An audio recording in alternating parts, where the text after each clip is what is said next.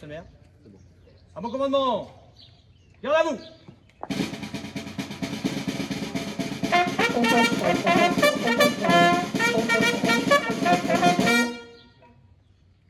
Au drapeau.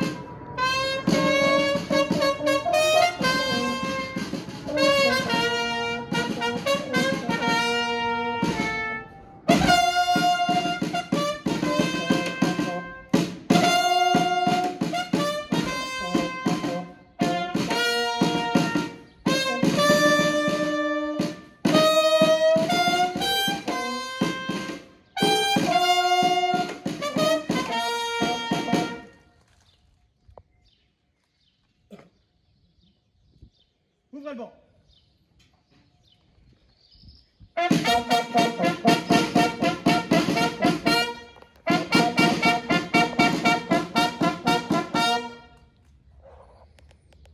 Dépôt de gerbe de monsieur le député Aurélien Taché qui est représenté.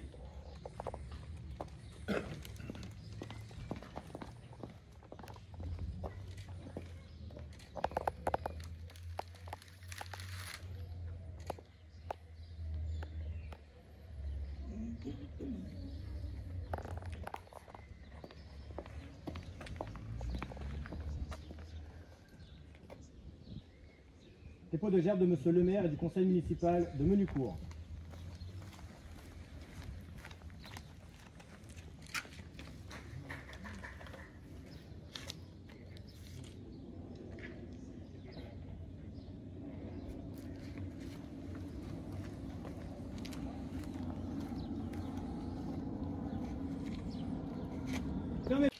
Les chefs qui, depuis de nombreuses années, sont à la tête des armées françaises ont formé un gouvernement.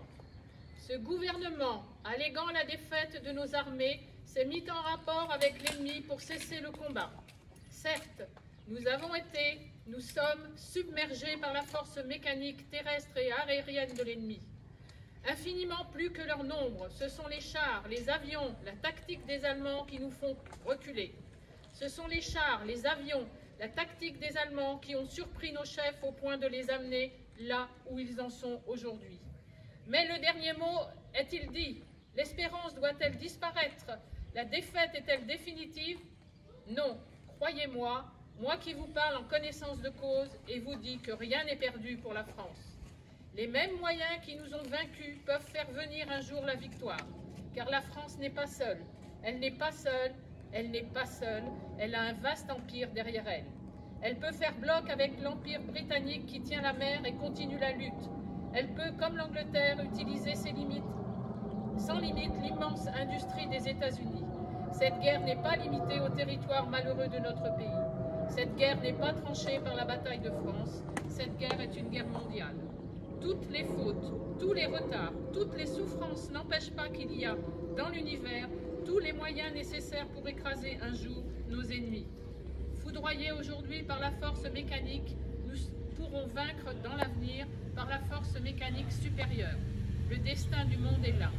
Moi, général de Gaulle, actuellement à Londres, j'invite les officiers et les soldats français qui se trouvent en territoire britannique ou qui viendraient à avec leurs armes ou sans leurs armes, j'invite les ingénieurs et les ouvriers spécialistes des industries d'armement qui se trouvent en territoire britannique ou qui viendraient à s'y trouver, à se mettre en rapport avec moi. Quoi qu'il arrive, la flamme de la résistance française ne doit pas s'éteindre et ne s'éteindra pas. Demain, comme aujourd'hui, je parlerai à la radio de Londres. Charles de Gaulle.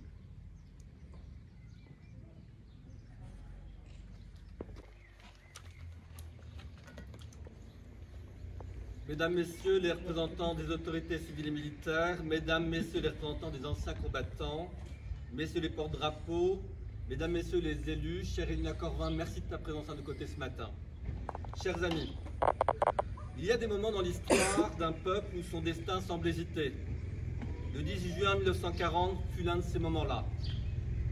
Alors que l'armée française se replie dans la débâcle, alors que la population erre sur les routes, alors que le gouvernement français vient de demander un armistice à l'Allemagne nazie, un certain De Gaulle va au micro de Radio Londres raviver la flamme de la résistance française. Il n'est alors, comme le relatera plus tard André Malraux, qu'un général français dont on n'a pas très bien compris le nom, mais dont on sait vaguement qu'il a été membre du gouvernement. Dans son message, De Gaulle refuse la résignation et appelle tous les Français à venir le rejoindre.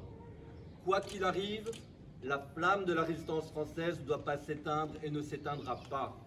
Et alors que se profile le renoncement du maréchal Pétain, le déshonneur et la collaboration honteuse, les mêmes moyens qui nous ont vaincus, ils prophétisent, peuvent faire venir un jour la victoire.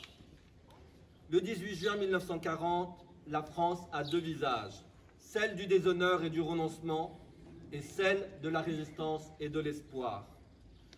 Peu de Français, à la vérité, entendront ce premier message précurseur de nombreux autres, et il est difficile pour nous aujourd'hui de saisir ce qu'un tel appel avait alors d'incroyable. L'occupant était puissant et aucun moyen militaire ne venait à ce moment-là donner corps à la promesse d'une victoire. C'est pourtant ce message qui va ouvrir la voie de la résistance. L'appel marque le début d'un sursaut et d'un élan collectif qui grandira pendant toute la période de l'occupation. Aux origines, c'est une poignée de femmes et d'hommes qui rejoignirent le général de Gaulle en Angleterre.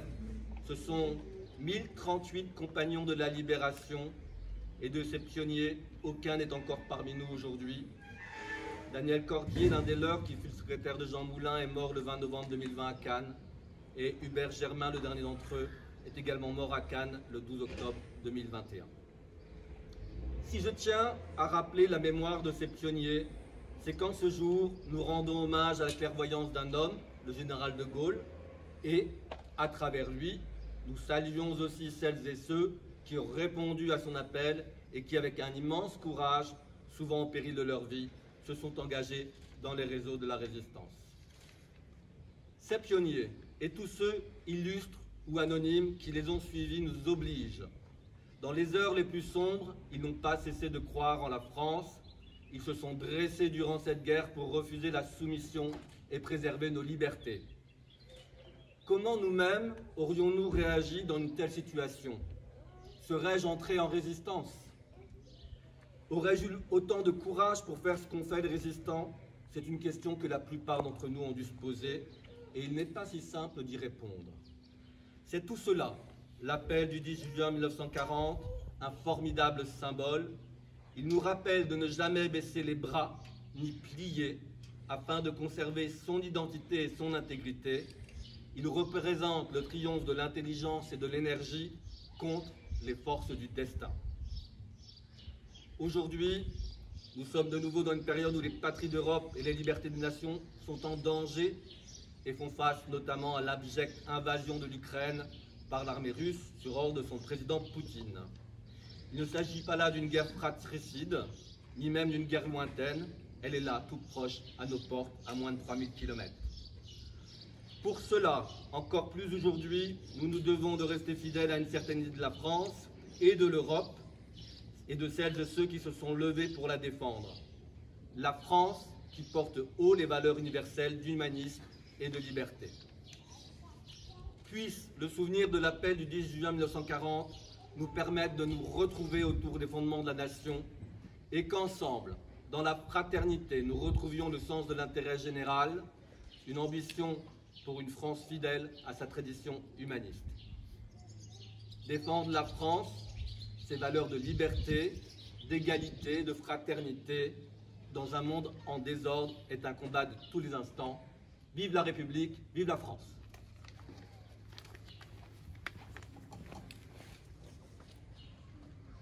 Ah mais bon.